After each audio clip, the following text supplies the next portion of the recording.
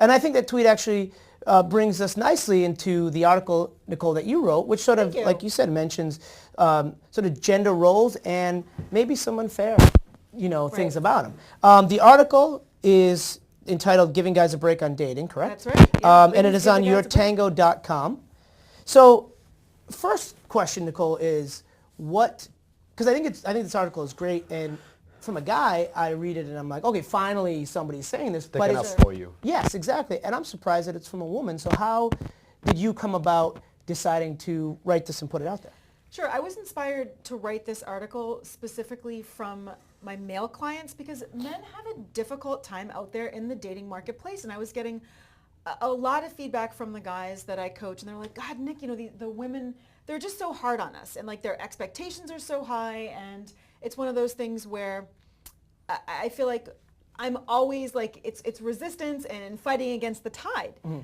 So I sat down and I'm like, I want to write an article about this. And I do think that obviously with the women have been fighting for equal rights for centuries. Obviously the women's movement in the 60s has gotten me here to this day to do what I do in life. And I think that's tremendous.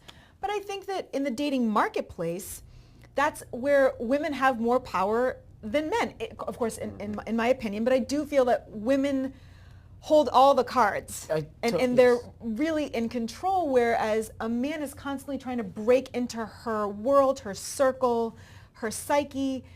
But I think that the expectation is so high in the sense that it's constantly thinking a man has to look a certain way, have a certain job, have great friends, be a great communicator, and all of these expectations. And they're very dismissive of gentlemen who don't have those qualities. Fit that mold. Right. Yes. Yeah. Right. I agree. All right, well, I concur. Well, I think it's good that someone's kind of approaching that topic. I probably hasn't ever been done before, so I think it's nice to sort of have that take on it because she is right. So many times it's like, oh God, is everything? Do I look all right for her? Does what I do, is that going to sit well with her?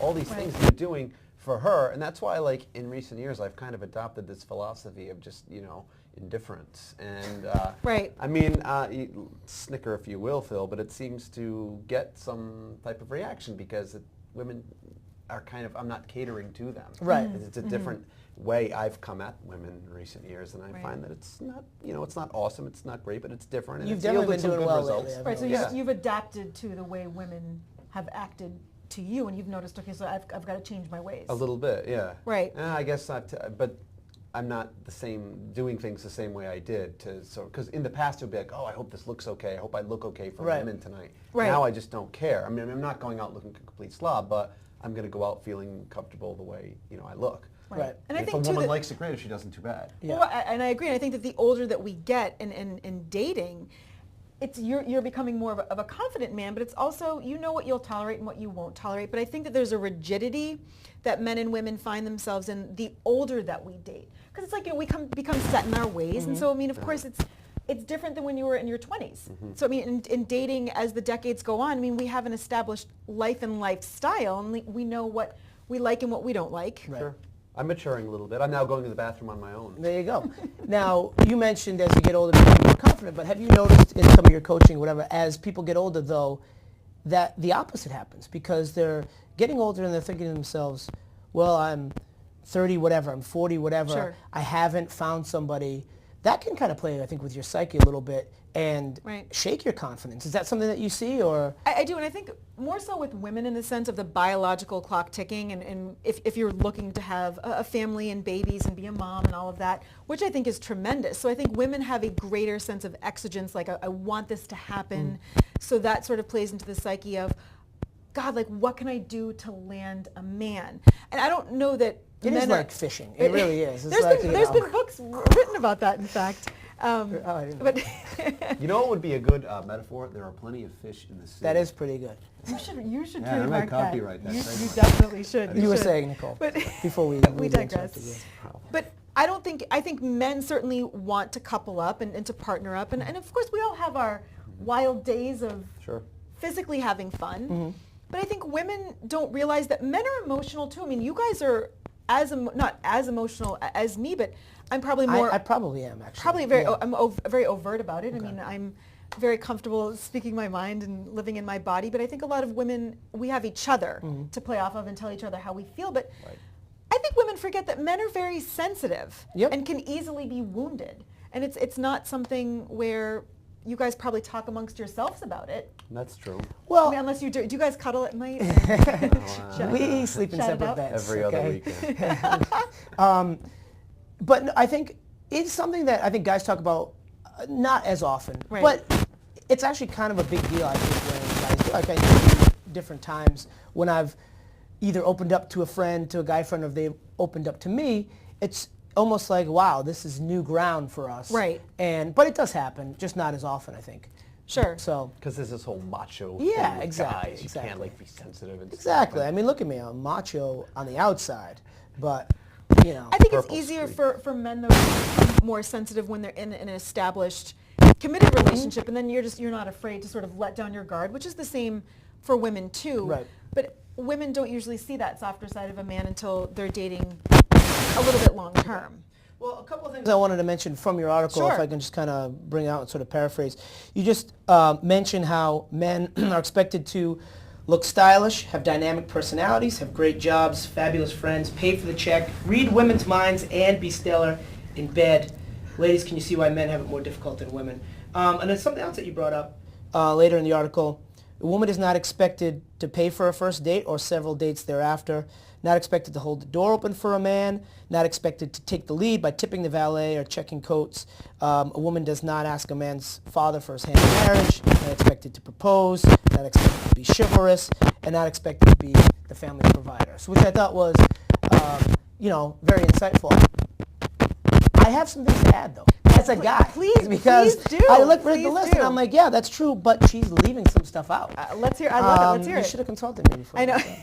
So Next time. So I guess kind of reversing it a little, or moving backwards a little bit towards maybe the first meeting or the initial part of the dating.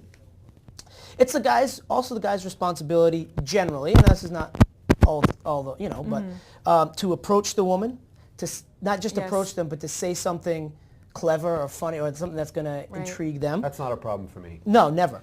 To get the courage up to ask for her number. Yes. And then to get the courage to actually call her, contact her. Right. Then to ask her for a date, make a plan, execute the plan flawlessly, figure out if she had a good time or not, and maybe Right. put himself out there to ask her again.